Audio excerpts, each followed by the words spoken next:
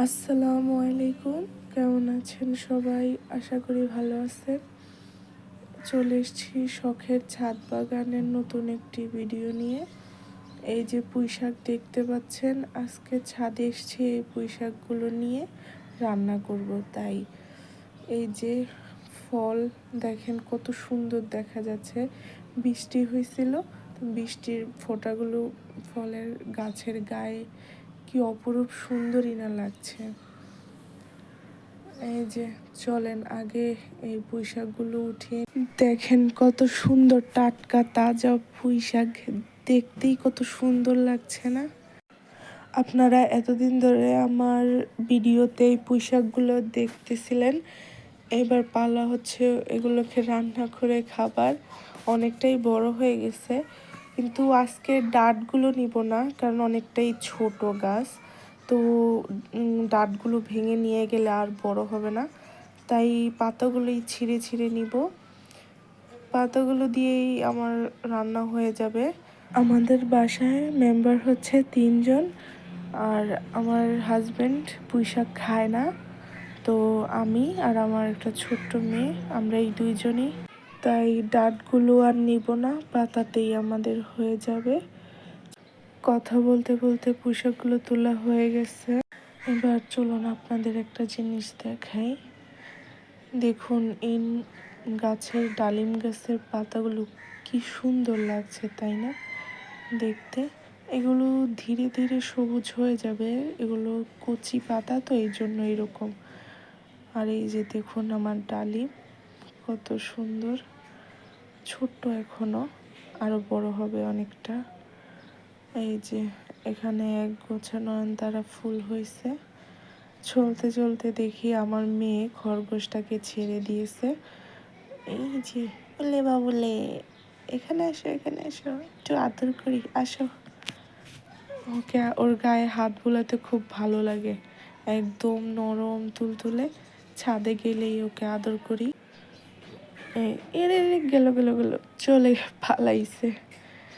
খরগোশের সাথে কিন্তু দৌড়ায় পারা যায় না, যদি কাকটাক দেখে এক দৌড়ে কোথায় যে লুকায় খুঁজেই পাবেন না।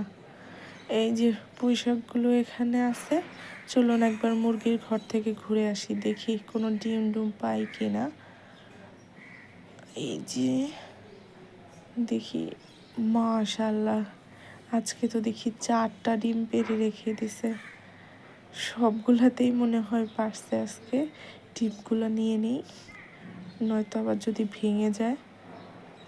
আমি এখান থেকে ডিম পেলে খুব আনন্দই লাগে। আজকে তো 4টা পেয়ে গেলাম ডিম। অন্যান্য দিন 2টো বা 3টে হাইস্ট পেয়েছি, নয়তো প্রতিদিনই একটা একটা করে ডিম পাই এখান থেকে। আমার মেয়ে নিয়ে নিল। এই যে আম্মু দাও, দিয়ে দাও ডিমটা আম্মুর হাতে। যে নিয়ে নিছি ডিমটা মেয়ের হাতে, নয়তো কখন ভেঙে দিবে। ভেঙে দিলেই তো একবার শেষ।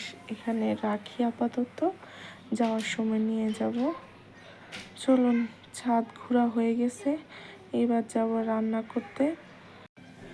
ছাদে যত থাকি ততই ভালো লাগে, খুব শান্তি লাগে। আমি দিনে একবার হলেও ছাদে উঠি, ছাদে উঠলেই মনটা ভালো হয়ে যায়।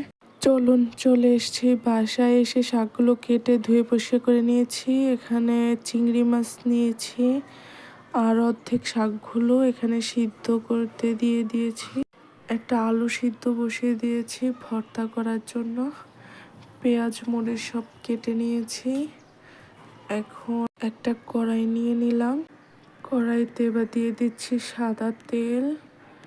শাকটা সিদ্ধ হয়ে গেছে, এখন শাকটা বাগার দেব। দিয়ে দিচ্ছি পেঁয়াজ, দিয়ে দিচ্ছি রসুন কুচি। এই যে ভাজা হয়ে গেছে, এখন দিয়ে দিব শুকনো মরিচ। 2টা মরিচটাকেও ভালো করে ভেজে বেরেস্তা করে নিলাম। তারপর দিয়ে দিচ্ছি শাকটা ভাজা। এই যে হয়ে গেছে শাকটা, আবারও ধুয়ে কড়াইটা বসিয়ে দিলাম। এবার করব হচ্ছে যে চিংড়ি মাছ দিয়ে পুঁই শাক তরকারি। এই পুঁই শাকের তরকারিটা খেতে ভারী মজা লাগে। খুবই সুস্বাদু হয়। এই রান্নাটা আমি আমার শাশুড়ি মা থেকে শিখেছিলাম। তেলটা গরম হয়ে গেছে, তো ওনার হাতে রান্না খুবই মজা। তো এই পুঁই শাকের দুটো রেসিপি আমি আমার শাশুড়ি থেকে শিখেছি। আমি বিয়ের আগে রান্না জানতাম না, তো উনি আমাকে রান্না শিখাইছে। এবার চিংড়ি মাছগুলো হলুদ, মরিচ, লবণ দিয়ে তারপর পেঁয়াজে দিয়ে দেব। ও উনি আমাকে বিয়ের আগে কোনো কাজই জানতাম না, তো শাশুড়ি আম্মু আমাকে বিয়ের পর সব কাজ নিজের হাতে ধরে শিখিয়ে দিয়েছে, রান্না হতে ঘর গোছানো সব কিছুই। এই যে এবার দিয়ে দেব কয়েক ফালি কাঁচামরিচ, মাঝখান দিয়ে কেটে দিয়ে দিয়েছি যেহেতু ঝালটা বেরিয়ে যায়। তারপরে শাক দিয়ে ঢাকা দিয়ে রেখে দেব কিছুক্ষণের জন্য, যাতে শাকটা একটু মজে আসে। এখানে আলু সিদ্ধ হয়ে গেছে, তো এটাকে নামিয়ে এখন ভর্তাটা বানিয়ে ফেলবো।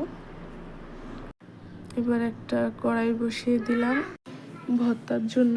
এবার পেঁয়াজগুলোকে ভালো করে এবার মরিচগুলোকে পেঁয়াজের সাথে ভালো করে ডলে নিব। যত ডলবেন ততই মজা হবে। এবার আলুগুলোকেও মিশিয়ে নেব ভালো করে, যাতে কোনো দানা না থাকে।